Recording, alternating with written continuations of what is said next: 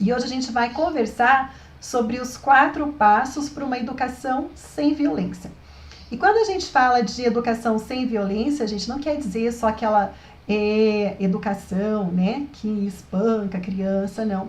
A gente trata de não violência, toda aquela forma de educar que faz com que a criança se sinta mal, que faz com que a criança sinta vergonha, que faz com que a criança sinta que ela não é capaz, né? Então a gente vai falar um pouquinho sobre como a gente pode trabalhar com a criança sem fazer com que ela se sinta pior, né?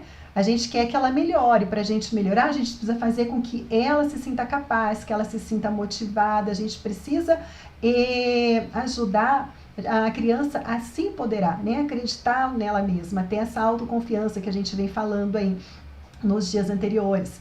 Então, é importante a gente poder saber e diferenciar, né? Quando a gente fala sem violência, mesmo às vezes que você não bate na criança, mas se você usa com ela algumas palavras, né? Que fala, você não sabe fazer nada direito, viu o que você aprontou, você só faz arte, não sei mais o que eu faço com você, você me tira do sério.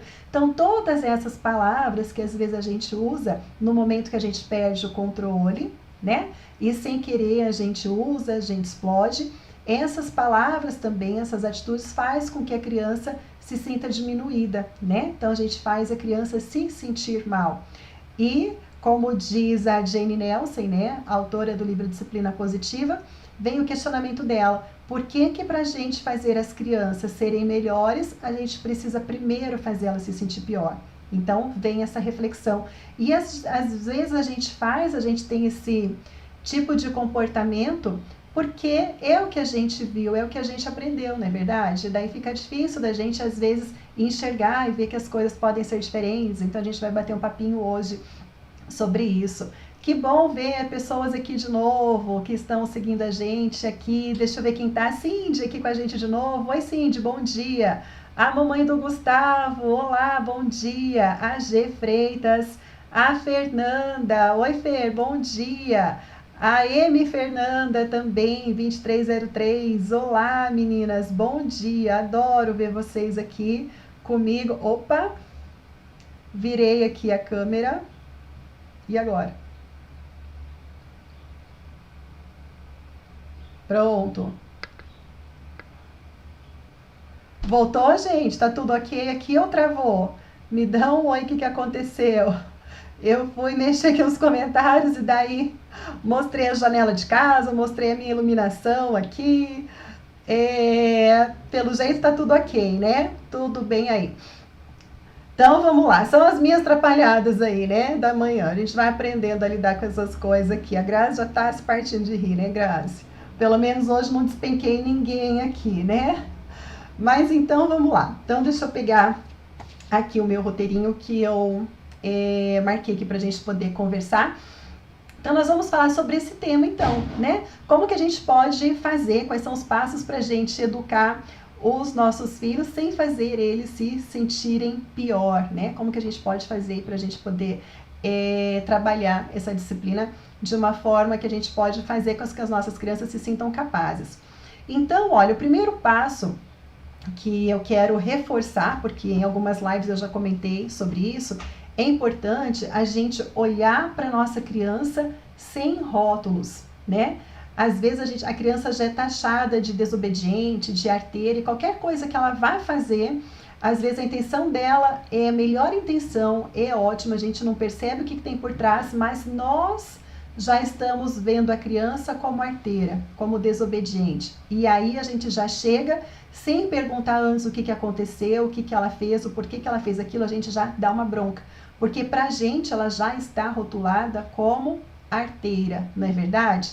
Então, até eu comentei uma vez outro dia numa live, acho que foi nesse horário também, que inclusive em escolas é comum isso, né? E eu lembro muito bem que quando eu estava no colégio, na direção, que a gente atendia os pais para poder matricular no colégio, os pais já chegavam avisando, olha, mas eu já vou avisar, o meu filho é arteiro, olha, o meu filho não para quieto, o meu filho é desobediente. E aí eu conversava muito com os pais, né? Olha, Vamos deixar a equipe perceber como que a criança age, como funciona, vamos prestar atenção, vamos ver outros olhares diferentes, né? Porque às vezes a pessoa já chega já falando, olha, assim você já vai olhar para aquela pessoa influenciada, não é verdade? Se às vezes alguém, algum amigo, alguma amiga chega para você e fala, olha, aquela pessoa é assim, né? E já rotula, você já vai ficar observando o comportamento da outra pessoa para você perceber nela os rótulos que te passaram. Você não vai ter a oportunidade de você conhecer a pessoa com os teus olhos. Então, é importante a gente deixar os rótulos de lado. E eu falo isso porque quantas vezes na escola, às vezes o professor mandava aluno, quantas vezes, gente, aconteceu de professor mandar aluno para minha sala, e daí eu ia conversar com o aluno, o que aconteceu? O professor me colocou para fora da sala, tá? Por quê? Porque a minha amiga não estava conseguindo fazer atividade, eu fui ajudar. E aí eu perguntava pro professor, esse menino não para quieto, né? A hora que eu olhei, ele estava em pé, por isso que eu pus para fora da sala. Tá, ele estava em pé por quê? Não é verdade? Então, ele foi fazer uma boa ação. Ele foi ajudar o outro. Isso daí não é uma boa ação? Agora, a gente precisa fazer o quê, então? Explicar para a criança que tem a hora certa, que primeiro pergunta para o professor se ele pode ajudar. Então, a gente ensina a criança como fazer essa coisa certa. Se a criança está rotulada, não interessa o que ela for fazer. A gente já vai taxar ela de desobediente, de impulsiva, né? Então, por isso que a gente precisa prestar atenção nas nossas crianças sem os rótulos, tá? Isso é muito importante. E aí eu te peço também o favor pelos seus filhos, né? Quem tem os filhos que são agitados, que são teimosos, entre aspas, não fica com esse comentário para os outros, para parente, para os amigos, porque eles também vão começar a olhar as suas crianças dessa forma.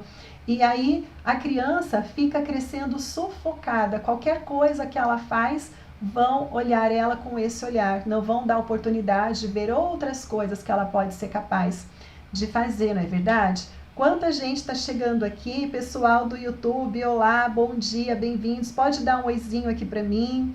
Deixa eu ver quanta gente entrou aqui. Não vou falar o nome de todo mundo, tá? Mas estou gostando de ver muita gente aqui que já está aqui na live com a gente. Bom dia, pessoal que está chegando. Pode ir mandando seus comentários, suas dúvidas aqui, para a gente poder bater esse papo gostoso aqui, né? A Manu, a Luciana que está dando oi, a Silva, a Mari, bom dia, né? Bem-vindas aqui de novo para a gente poder conversar. Então, a gente está falando sobre esse tema aqui, ó, os 4 passos para uma educação sem violência, né? E só retomando, quando a gente fala sem violência, não é somente a violência física, tá? O bater, o punir, não. A gente também fala de violência até quando as pessoas falam palavras para a criança que deixam ela mal, né? Quando a gente fala para a criança, você não obedece, você não sabe fazer nada direito, eu não aguento mais, né? Você me deixa louca. Então, quando a gente usa essas palavras, a gente faz com que a criança se sinta mal. A criança se sente muito mal, ela fica constrangida, ela tem vergonha. Então, a gente está tratando aqui como fazer para a gente poder educar a violência verbal, isso mesmo, né? São todos os tipos de violência, né?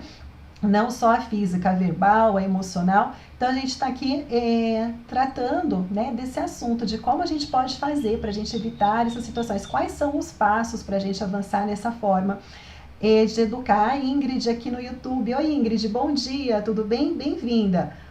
No YouTube, Miriam, é o canal Lisa Kunin, e lá, a hora que você entra, tá ao vivo, tá bom? Não sei se você já é inscrita no canal ou não. Quem não é, pode se inscrever lá depois.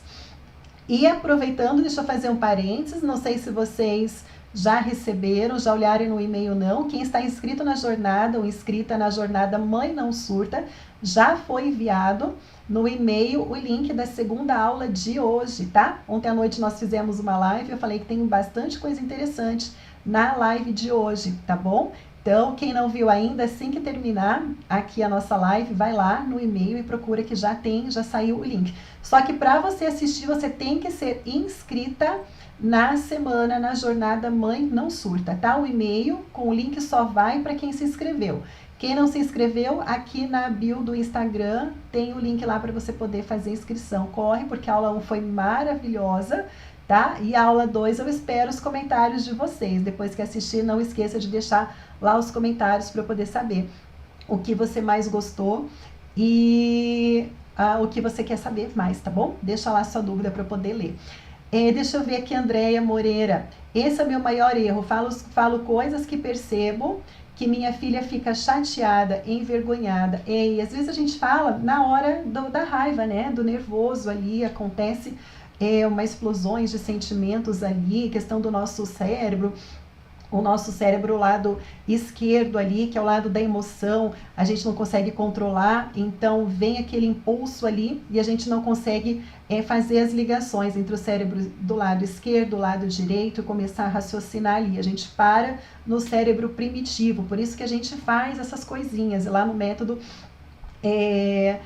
com as alunas ali, a gente trabalha muito essa questão para a gente poder aprender a se controlar, né? E aprender a respirar e não falar coisas, não agir de forma que venha prejudicar a nossa criança, né? O nosso filho. A Ingrid, eu tenho um filho que é bem hiperativo, difícil de seguir regras. Poderia me ajudar a deixar ele mais calmo? Ingrid, qual que é a idade dele? Passa para mim, por favor, aqui no YouTube. Deixa eu ver, mamãe do Gustavo. Errei muito com meu primogênito, bati, falei palavras horríveis para ele. Não vou errar com meu caçula. Gostaria de propor um tema de que fazer com o adolescente que na infância sofreu. Olha, mamãe do Gustavo, várias mamães têm me pedido para falar sobre adolescentes. Inclusive tem mamães que ficaram chateadas comigo porque essa jornada Mãe Não Surta é para de 0 a 10 anos, né? E por que é para 0 a 10 anos? Porque são situações diferentes, né? Nós temos 2 momentos aí. O momento da primeira infância, que a gente precisa saber como lidar com as questões, com as situações, para chegar na adolescência as coisas serem mais tranquilas. E nós temos essa segunda fase, essa segunda parte de como lidar com os filhos na adolescência. Então, o que eu estou prometendo é que assim que acabar essa jornada, eu vou dar uma pensada aí para a gente poder vir, quem sabe aí com uma jornada para a gente poder abordar assuntos com os adolescentes, que tem muitas famílias e mães pedindo, tá? Então, só não juntei, tem mães que pediram, por que eu tenho adolescente e não posso participar da jornada? É por conta disso, são questões completamente diferentes. Mas eu entendo aí a necessidade, os pedidos, tá? Então, vou pensar com carinho aí para poder ajudar as mães de adolescentes também.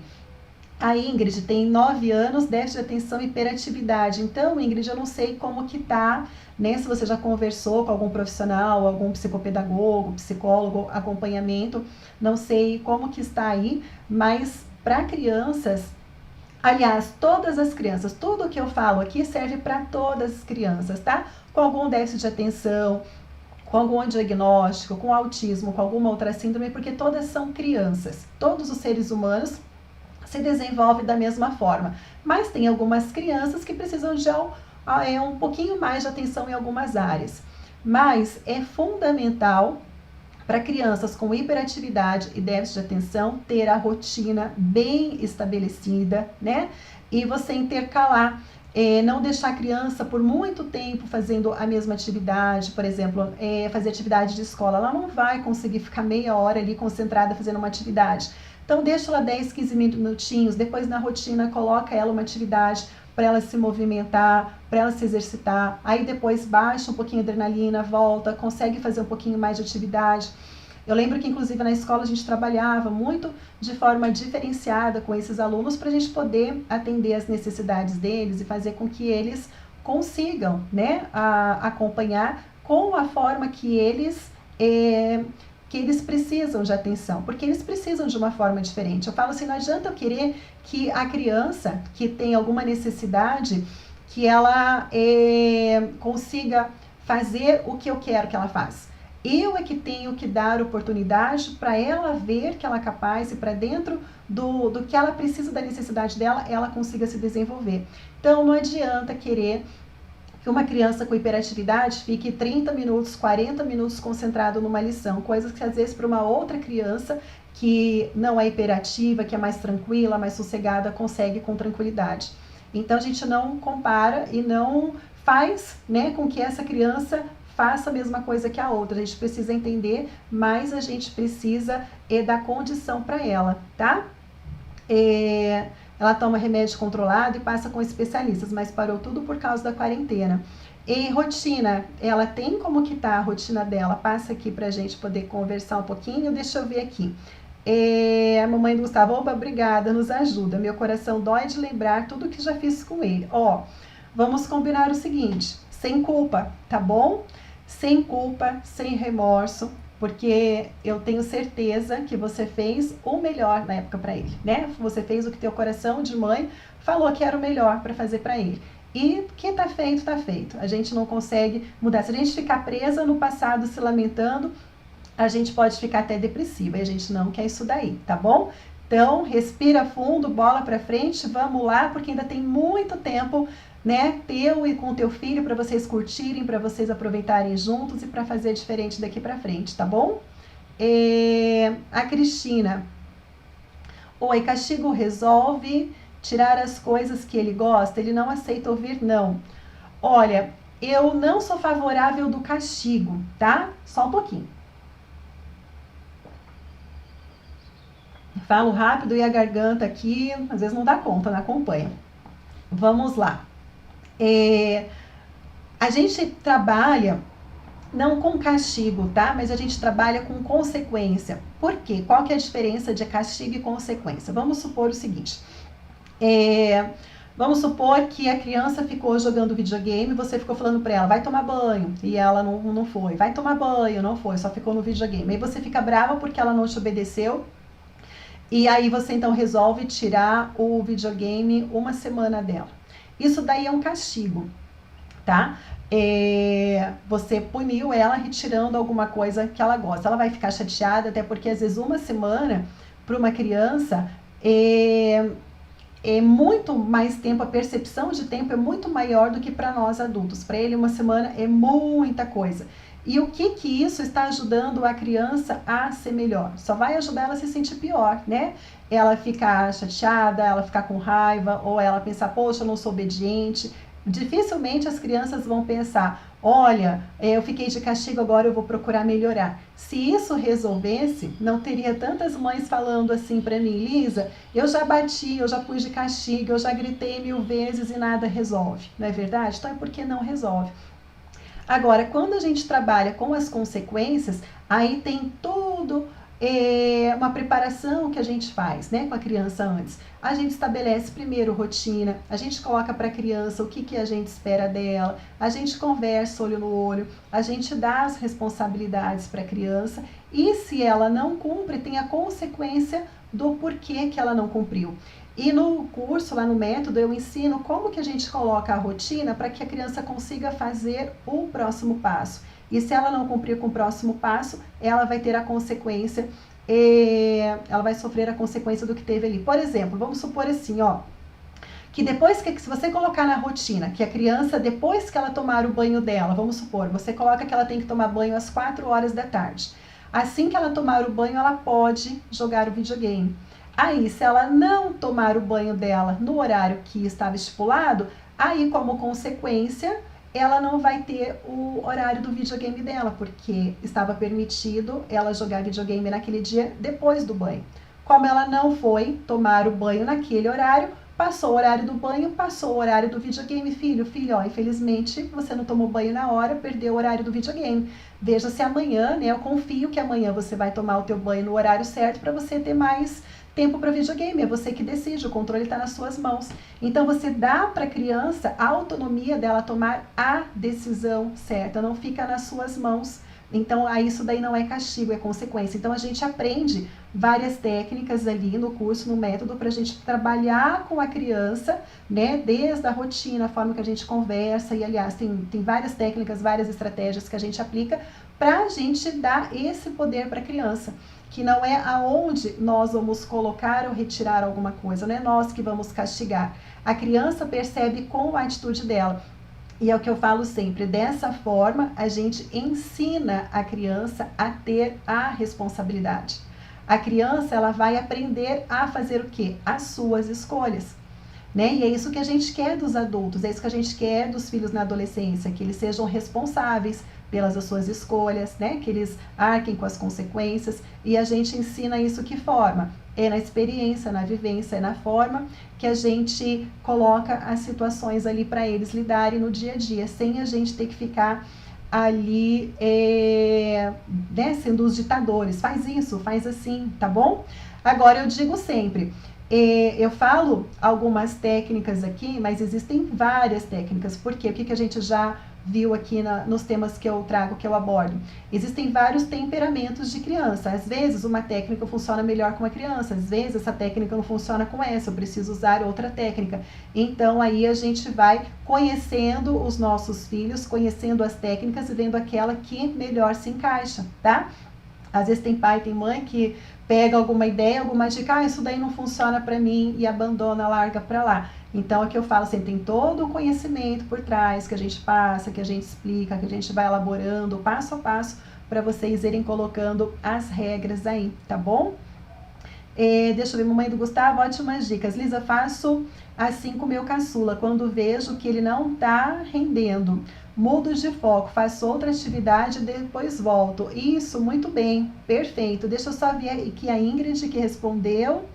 Eu tento, mas tá difícil, ele tá mais nervoso que o normal. Olha, Ingrid, precisa ver o que tá colocando na rotina da criança. 9 anos, a gente já pode pedir opinião, ajudar a montar, pedir ajuda para ajudar a montar uma rotina. Tem as palavras, os comandos que a gente vai dando para a criança, para ela sentir que ela é capaz, para poder ir fazendo, tá? Crianças hiperativas, eu sei que demora um pouquinho mais para poder ter resultado, tá? Mas funciona, viu? Não desiste. A Roberta, qual idade já podemos começar essa técnica? Olha, eu gosto ali a partir dos 3 anos e meio, 4, eu falo mais ou menos porque depende de criança para criança, né? Tem crianças que são mais avançadinhas, que já compreendem o que a gente fala, tem outras que nem tanto, e a gente vai dando também responsabilidade para a criança de acordo com o que ela pode aguentar, de acordo com o que ela pode suportar, tá? Então, lá no método eu ensino desde criança de 2 aninhos, como que a gente coloca ali, como que a gente coloca... Como que eu posso dizer, como que eu dou a responsabilidade para ela fazer as suas escolhas e arcar com as consequências. Mas aí a gente começa com coisinhas mais leves, desde de escolhas de roupas, algumas escolhas ali que a gente já vai trabalhando. E conforme você vai percebendo que o teu filho está crescendo e está tendo autonomia, e ele já está mostrando capacidade de entendendo mais, aí você vai aumentando o nível ali das regras, tá? A Luciana, fico muito nervosa quando falo com o meu José de 3 anos. Ele ouve o que eu falo, mas continua a birra. Coloco de castigo, ele não fica. Dá a entender que ele não me dá a mínima. Ele é muito agitado. Luciana, tem a forma da gente se comunicar, tá? Com as crianças pequenininhas de 2 anos e meio, 3 anos. Não sei se você já viu a aula de hoje, a aula número 2 da jornada Mãe Não Surta. Lá tem umas dicas bem legais que vale a pena ver e prestar atenção para você entender de crianças nessa fase, tá? De 2 anos até 3 anos e meio, tá? O porquê que às vezes a criança, a gente pensa que elas não estão dando a mínima pra gente, às vezes não estão mesmo, tá? Elas estão com a cabeça em outras coisas. A gente que tem que saber a forma de fazer com que eles ouçam a gente, baixar na altura deles, olho no olho, tocar neles, tá bom? A gente tem que saber como que a gente se comunica. A Pamela, aqui no YouTube, tem um filho de 1 ano e 10 meses e uma filha de 6 anos. Meu filho é muito nervoso, ele joga as coisas no chão, bate na irmã, se joga no chão, não sei o que faço mais com ele. 1 ano e 10 meses, Pamela, é normal esse comportamento, tá?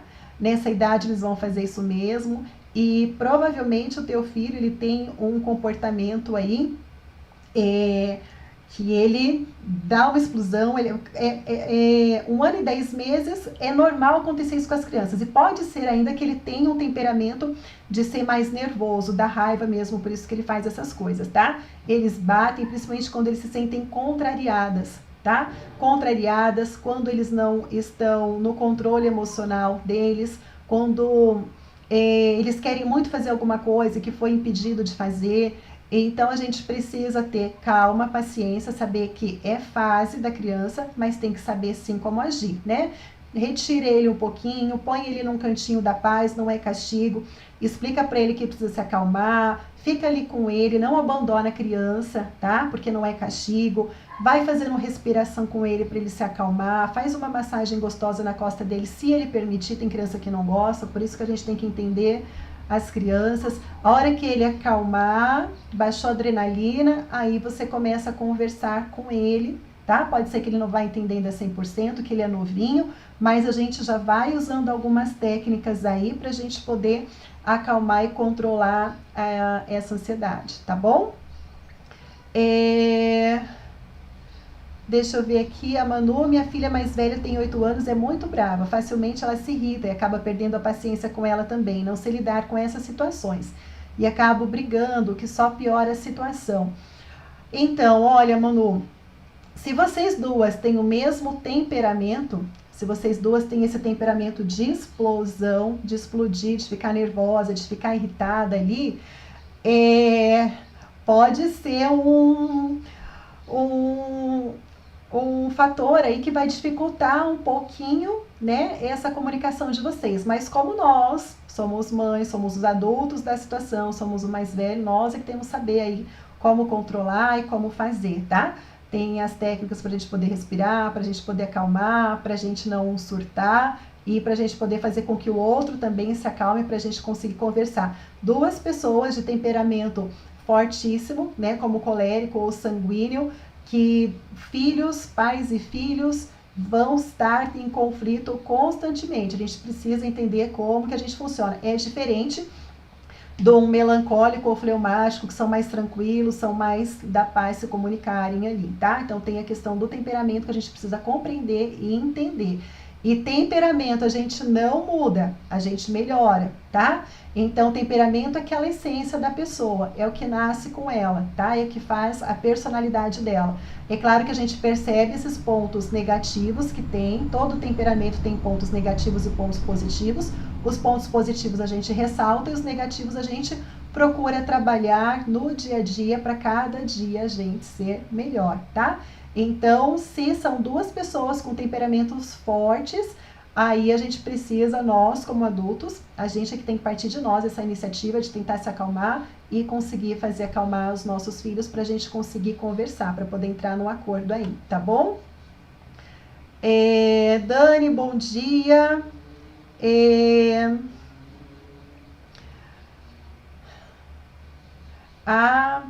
Fernanda, Elisa, sei que foge do tema, mas no finalzinho, se puder me falar sobre a minha dificuldade de falar sobre morte com minha filha. Falei com você na live de ontem, ela tem 7 anos, tá bom. Então, deixa eu terminar aqui rapidinho de falar os mais 2 passos, que eu fico preocupada com o horário aqui do Instagram, para não derrubar a gente, e aí eu já volto aqui no finalzinho para poder falar sobre essas questões, tá? Com você.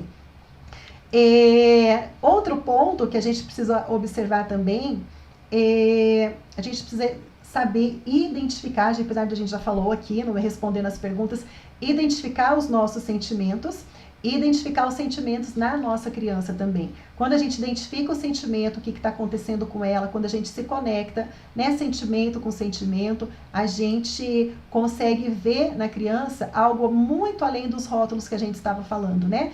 E a gente ensinar as crianças a reconhecerem os sentimentos, como a gente também falou na live de ontem, por isso que a gente entrou nessa questão aqui que a Fernanda está perguntando, né? Da gente lidar com morte, com questão de luto, quando a gente mostra para a criança que nós somos seres humanos, que a gente tem sentimentos, a gente nomeia os sentimentos, a gente valida, a gente se conecta com a criança, a gente fala, olha, mamãe entende, eu sei que você está triste, a mamãe também já se sentiu triste, a mamãe também já sentiu vergonha, a mamãe também já sentiu medo, e o que a gente faz para superar?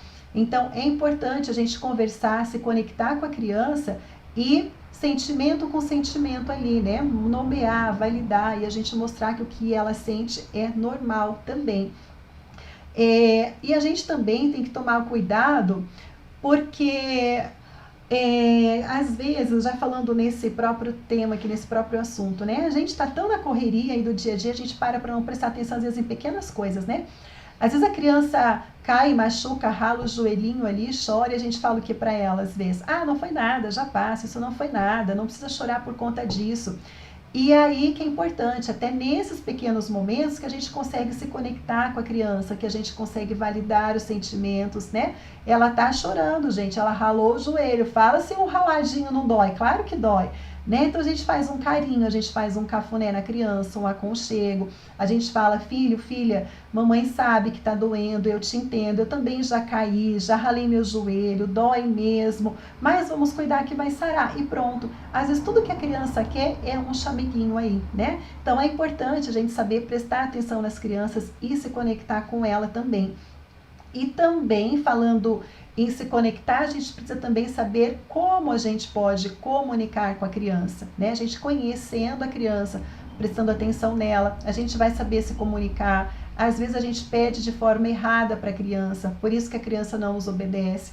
Por isso que às vezes crianças de 3 anos, aí que as mães falam, 2 anos, eu falo e ela não me ouve, eu falo e me ignora. Por quê? Porque você não está conseguindo se comunicar. Você não está sabendo passar para ela o que você quer, o que você espera dela. Então, se a gente culpa a criança, mas o erro também está na gente, que a gente não conseguiu fazer a comunicação acontecer ali. Então, a gente também precisa prestar atenção nessa forma da gente comunicar com a criança. E a quarta dica, o quarto passo, não esquecer, sempre se comunicar com empatia, sempre se colocando no lugar da criança.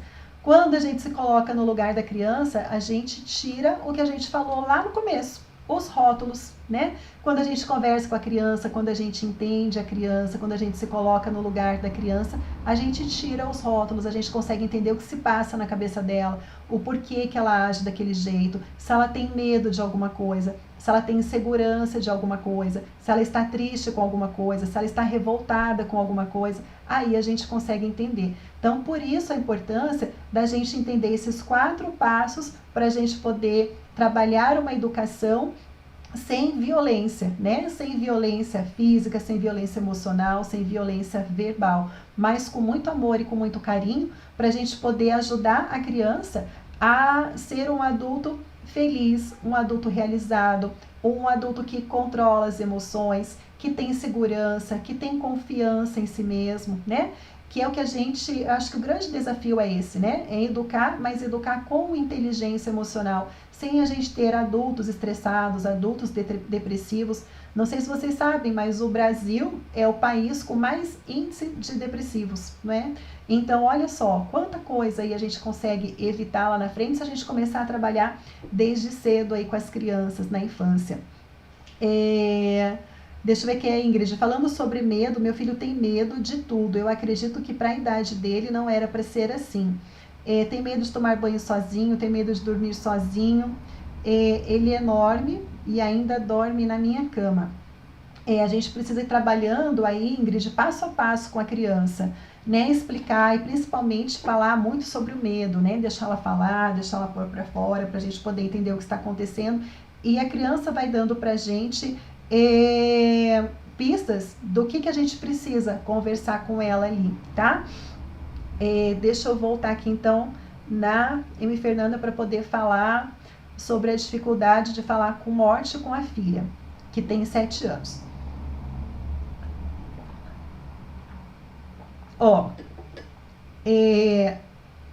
Agora eu vou falar sobre a minha opinião, tá? Vou falar sobre o meu ponto de vista. Não vou trazer nenhum estudo científico, porque é o que a gente acredita muito, principalmente trabalhando com essa educação positiva, que a gente tem que ser transparente com a criança e honesto com a criança, tá? Então, a gente precisa sempre ser honesto para a gente não esconder nada dela, porque isso daí chega numa quebra, às vezes, até de confiança, sem a gente perceber, sem a gente pensar. A criança de 7 anos já entende muita coisa, eu já vou te explicar por quê. Então, a gente precisa falar com a criança assim. Às vezes, agora a gente tem que cuidar na forma com que a gente falar e até onde a criança também está preparada naquele momento, tá? E por que eu falo isso? Olha, eu vou contar para você a minha experiência, né, minha própria, pessoal, e depois eu vou contar algumas situações na escola, né, que eu presenciei na época de colégio. Então, para quem não sabe, eu acho que eu nunca contei isso, mas eu perdi meu pai quando eu tinha 6 anos de idade, tá? Eu morava em Florianópolis Então tinha a minha mãe, o meu pai viajava muito. Ele era gerente de uma empresa que tinha que estar viajando sempre no país porque abriam filiais, ele tinha que estar viajando. Ele passava a semana inteira praticamente fora viajando. Nós morávamos em Florianópolis, tinha a minha mãe e mais duas irmãs minhas, né? A Ana, a Eliana, eu, e a minha mãe estava grávida do meu irmão. Estava grávida do meu irmão caçula, grávida de 4 meses, eu tinha 6 anos. E num sábado de manhã, a gente saindo para ir no mercado, e tocou o telefone, minha mãe voltou para atender e era a notícia que meu pai tinha falecido num acidente de trabalho. E eu tinha 6 anos de idade naquela época. E eu lembro que ninguém conversou comigo sobre o que estava acontecendo. Ninguém parou, falou, baixou ali, conversou, filha, olha, aconteceu. Né? Eu ouvia, fiquei sabendo. Eu lembro que eu fiquei parada ali na sala, observando as pessoas conversando ali. Eu lembro cena a cena, passo a passo de tudo que passava pela minha cabeça. E meu pai ele faleceu no interior de São Paulo, na cidade de Bertioga. Demorou uns dias para o corpo poder chegar em São Paulo, em Florianópolis. E eu lembro que quando chegou, o velório foi na nossa casa e foi bem rapidinho, né? Já tinha que partir para o enterro. E eu lembro eu pequenininha de 6 anos ali parada, eu não alcançava, eu não via o caixão, eu parada ali no pé do caixão, olhando para aquele caixote de madeira lá. E eu olhando e ficava imaginando ali, nossa, o que será que tem dentro? Será que é meu pai que está aí mesmo? Né? O que será que está acontecendo? Eu queria tanto ver. E eu ali olhando as pessoas em volta e as pessoas tratam como se as crianças, né, não precisassem conversar, não precisassem explicar o que está acontecendo, que criança não entende. E eu me lembro muito bem de tudo. Isso daí já faz 36 anos que meu pai faleceu, tá? E eu lembro até hoje.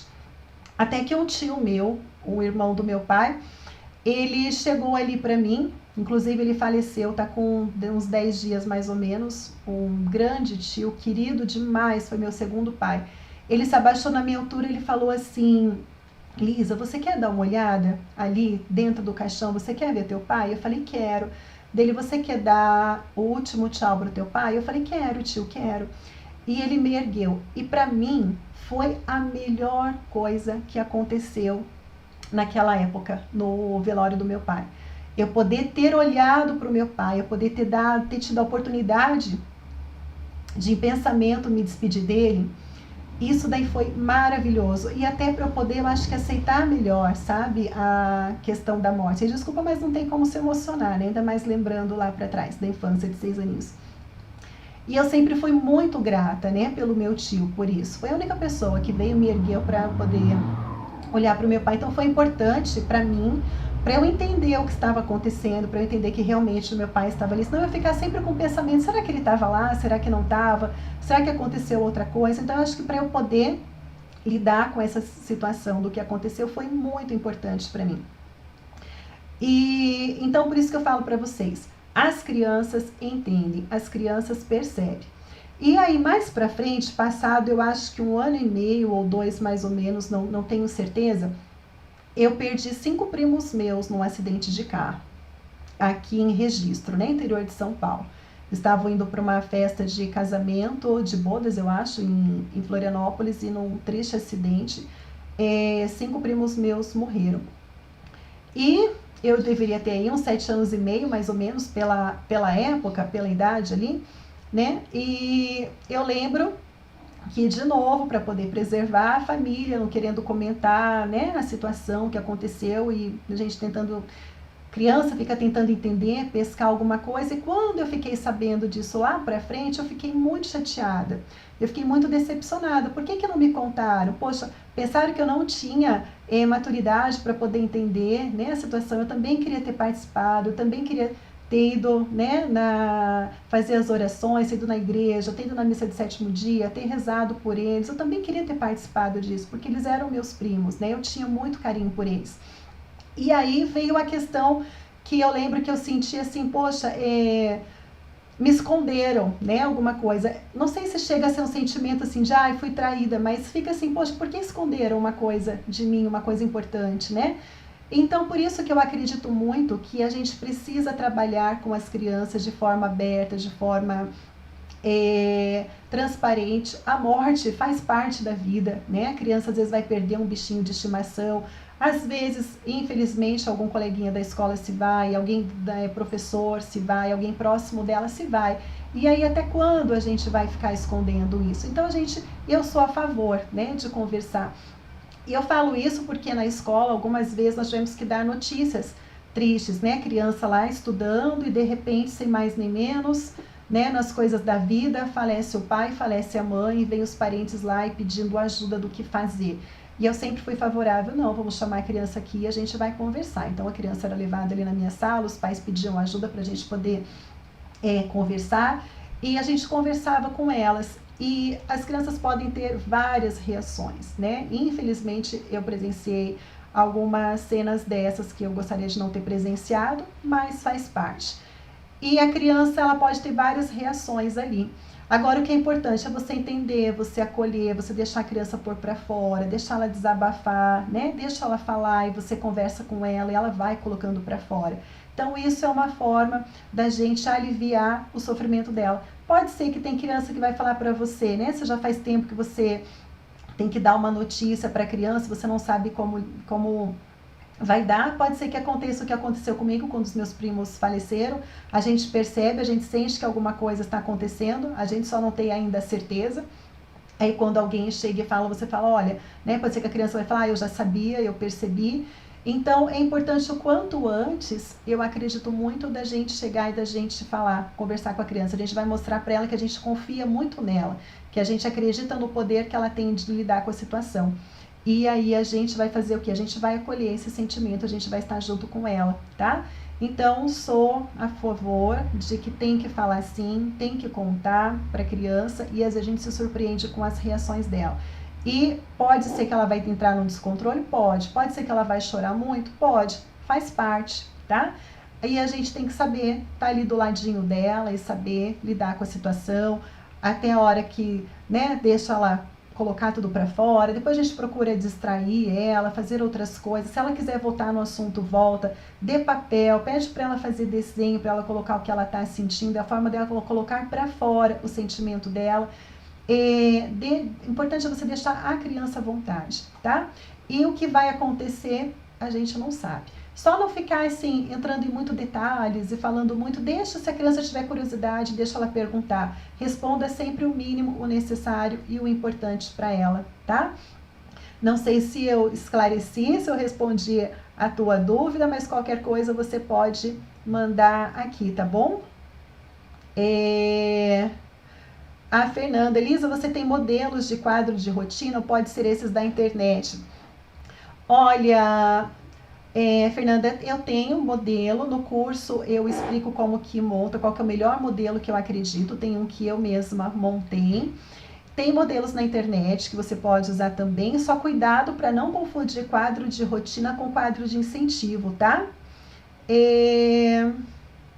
Deixa eu ver aqui, meu erro é esse, minha filha fala, mãe, se eu tomar banho no horário combinado, eu posso assistir o YouTube ou eu posso brincar? Eu sempre digo, sem chantagem, você vai tomar banho porque tem que tomar banho. Então, olha, uma forma de não ter chantagem é a rotina, e daí você pode montar a rotina com a criança, tá? E intercalar ali com ela os horários, daí já fica uma coisa que já é combinada e não tem chantagem, tá bom? A minha filha de 5 anos, se falar a palavra castigo, ela fica muito nervosa, chora, grita, ela não aceita ficar no cantinho de forma alguma. Mas ó, nem a gente aceitar, não é verdade?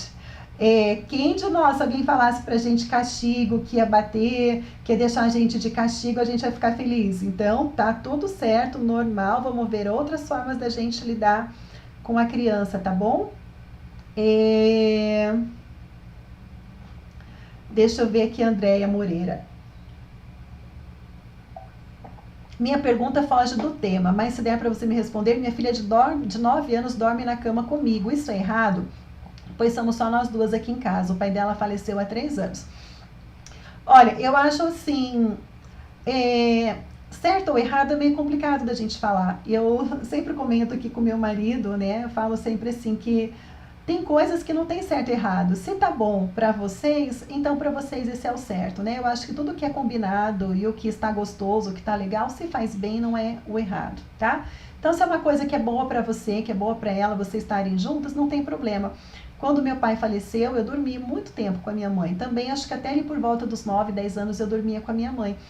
Depois, claro, a gente entra na adolescência, a gente quer começar a ter a nossa independência. Aí eu sinalizei que eu queria ter o meu espaço, a minha mãe preparou o meu quarto e assim naturalmente foi. As coisas foram acontecendo, tá? Então, se não faz mal para você, se está tudo bem para você e para ela, eu acredito que não tem problema. Vai chegar a hora certa e vocês vão perceber a hora de cada um ter o seu espaço, tá bom? Ai, Fernanda, sinto muito por você, obrigada. Né? São coisas que acontecem, né? Faz parte aí da vida, não é verdade? Alô, Lisa, em casos como este, a criança já tem uns 3, 4 aninhos, podemos usar a analogia do tipo, fulano virou uma estrelinha, foi morar no céu com o papai do céu, vai cuidar lá de cima ou não? Olha, a minha filha, né, ela tem 5 anos.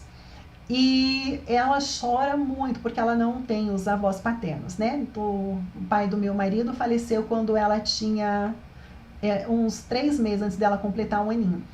Então ela sempre chora querendo os vovôs dela e às vezes dá a impressão que ela teve muita convivência com eles do tanto que ela chora. Né? E ela chora, fica triste, eu quero meus avós. E um dia eu trouxe ela aqui pra frente de casa, aqui em Curitiba o céu tá sempre fechado, é difícil a gente ver as estrelas. Mas deu certo, uma noite eu saí aqui fora e o céu estava bem estrelado. Eu falei, filhinha, fiz essa analogia com ela, né? Olha, o vovô Júlio e o vovô Silvestre partiram, eles não estão mais aqui com a gente, mas olha, eles estão ali no céu, eles são alguma dessas estrelinhas que estão ali. Quais será que são as estrelinhas que eles são? E ela escolheu as 2 que brilhavam mais, né? Eu falei, então, olha, essas estrelinhas são eles.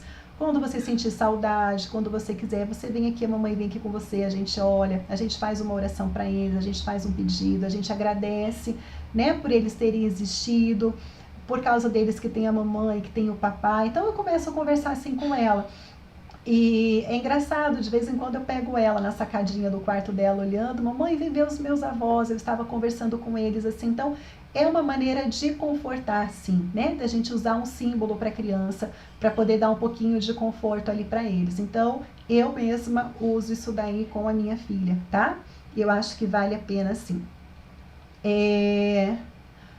Alô, devemos jogar aberto com ela, sendo sinceros mesmo. Então, eu acho que a gente está sendo sincero no ponto que a gente está falando que a pessoa não está mais aqui, que ela está num outro plano. Mas esse outro plano, se às vezes é complicado da gente entender como funciona, porque é tudo um mistério, imagina para a cabecinha de criança, né? Então, para criança, eu gosto de utilizando assim, e eles vão entendendo. Eu percebo que ela sabe que a estrela não são os avós, mas representa, né? Uma representação deles que estão no outro momento. Como eu já falei, eu sou cristã, então eu acredito que eles estão lá no céu, estão com Jesus, estão olhando por nós. E eu acho, não vejo nada de errado nisso, tá bom? Deixa eu ver aqui no YouTube. Meu filho de 1 ano e 10 meses ainda não fala, ele fala algumas coisinhas, mas bem poucas. E tudo que ele quer pede chorando e só aponta com o dedo. Será que é normal, Pamela? Tem que estimular, ele ainda é novinho, 1 ano e 10 meses, tá? É novo. Então, até os 3 anos ali, pode ser que criança demore um pouquinho mais. O que ajuda muito é você conversar muito com ele durante o dia, né? Nomear as coisas. Olha, agora a mamãe vai tirar a fralda, né? Vamos colocar a calça. Cadê o pé? Mostra pra mamãe cadê o joelho. E quando ele apontar, você fala, isso que você quer? Então, isso aqui se chama e fala tal coisa. Então, você estimula a criança ali conversando com ela, tá? Mas pode ficar tranquila porque ainda é tudo normal, tá? Imagina, Fê, que é isso? Andréia Moraes, quando meu esposo faleceu, minha filha tinha 6 anos, a família não queria que eu contasse, mas eu contei, expliquei tudo e ela reagiu super bem. Até hoje ela é super tranquila sobre o assunto de morte. Aí, ó, tá vendo, né? Reforça aí o que eu comentei, crianças de 6 anos entendem, e se a gente trabalha esse assunto, a gente permite que a criança trabalhe ele nessa fase que está acontecendo. Se a gente vai postergando, aí a criança, ela sente, gente, ela percebe que tem alguma coisa que aconteceu, ela sente que estão escondendo coisa dela. Aí a gente pode demorar, às vezes, um pouquinho mais de tempo para conseguir fazer com que a criança supere, né, essas coisas, esses traumas aí, tá bom? É... A Joelma, minha filha vai fazer 4 anos e se sente sozinha e começou a me pedir o irmãozinho, mas não quero ter outro filho agora. O que eu faço? Olha, crianças pedem irmãozinhos, tá? E é normal. Eu tenho 2 filhos e a mais velha ainda quer mais irmãozinho também. Então, o que a gente precisa fazer? A gente conversa com a criança, procura saber o porquê que ela quer mais irmãozinho, qual que é o motivo dela estar pedindo. A gente procura dar mais tempo de qualidade com ela. Às vezes ela quer irmãozinho para poder brincar, então é importante. Eu sei que nessa época de pandemia é complicado, né? Mas graças a Deus a gente espera que logo as coisas passem, volta a ficar tudo normal. Então procurar ter mais amiguinhos para poder brincar, ou priminhos, né? Alguém da idade dela para poder estar brincando. Então é importante a gente saber o porquê que ela está querendo, o que ela quer suprir com o irmãozinho em casa, tá aí, ó, para poder brincar. Então ela sente falta de criança, e criança quer conversar com criança, criança se relaciona com criança. Então é normal, tá? Então a gente precisa procurar suprir essa necessidade aí. Mas tive um aborto há um ano atrás e tenho medo. E eu sei, eu te entendo, tá? Eu tive também 3 abortos, eu tive antes de ter os meus filhos. E a gente tem muito medo, né? É um processo que é muito doloroso, a gente não quer passar. Mas eu acho que se você tem essa vontade, se você quer ter mais um filho, se você quer ser mãe, eu acredito muito que tá aqui, ó. Eu trabalhei muito o meu psicológico, muito, muito, muito, para eu poder ter os meus 2 filhos. Depois de 3 abortos, eu tive meus 2 filhos, né? Para quem não sabe, eu levei 15 anos para poder engravidar. Foram 15 anos aí de muito tratamento, muito sofrimento. Também passei por experiências que não foram legais, não. Mas como eu queria muito, era um grande sonho. Então eu trabalhei muito aqui, ó, porque isso aqui comanda tudo o resto. Pelo menos eu acredito nisso. Então a gente consegue, a gente é capaz. Então se você tem esse sonho, essa vontade, vai atrás dele, tá bom? Vai atrás, claro, né? Vai sempre no médico, vendo o que eles vão falar, faz os exames tudo certinho para poder segurar. E confia em Deus que vai dar tudo certo, tá bom? Não tenho dúvida disso. Deixa eu ver, em relação a ter mais filhos, como explicar para a criança? Porque a minha filha pede irmãozinho, eu digo que não tenho marido. E ela diz, você precisa de marido? Olha, as crianças são espertas, né? Elas querem saber, querem entender as coisas. Então, aí você vai ter que explicar para ela até onde, né? Ela consegue entender, não sei a idade dela aí, mais ou menos como que ela tá. Mas a gente comenta, mas sem muita explicação, sem entrar muito em detalhe. Às vezes coisas simples a criança já se satisfaz, ela já aceita, né? Isso daí. E eu lembro uma vez, eu estava comentando com a minha filha, né? Eu falei, filha, você demorou tanto para vir. A mamãe pediu tanto para Jesus para dar você para a mamãe. Olha como Jesus é bonzinho. Ele demorou, mas ele atendeu a mamãe, ele mandou você. Aí, outro dia a gente estava ali no quarto e ela estava baixinha, quietinha assim, né? Deu, filha, o que você está fazendo? Dela, tô rezando, mamãe, que eu quero o irmãozinho. Ela ficou quietinha, dela terminou de rezar, dela pôs a mão na minha barriga. Daí eu falei, que foi, filha? Dela, eu rezei para Jesus, agora eu quero saber se já tem um irmãozinho na sua barriga. Então, olha, a gente tem que cuidar com as formas que a gente fala, porque essas crianças são muito ligeiras, muito espertas, né? E eles vão tirando as conclusões deles. Então é normal, a gente tem que ir conversando ali, né, conforme eles têm capacidade para poder entendendo, sem, claro, entrar muitos detalhes, tá? A Paulinha aqui do YouTube, ela teve uma saída. Ela disse que a filha pediu uma irmãzinha e ela comprou um bebê reborn. E ela diz que é a melhor irmãzinha que ela tem. Eu espero que esse seja o pensamento dela, né, Paulinha? Que ela esteja satisfeita com a irmãzinha que ela tem aí. Ai, adoro, gente, essas coisas que vocês contam aqui pra gente poder compartilhar. Andréia, teve 6 abortos espontâneos e na 7ª vez eu consegui. Isso aí, né? Isso que é uma mulher guerreira aí, força de vontade aí, que não desiste do sonho. Parabéns, tá? Ó o carro do gás passando aqui de novo. A minha também pede muito irmão, porque é sozinha. Às vezes ela enche os olhinhos de lágrimas e me pede por favor. Morro de pena, mas não quero. Já tenho outro de 19 anos e já tenho 40 anos. Eu sei.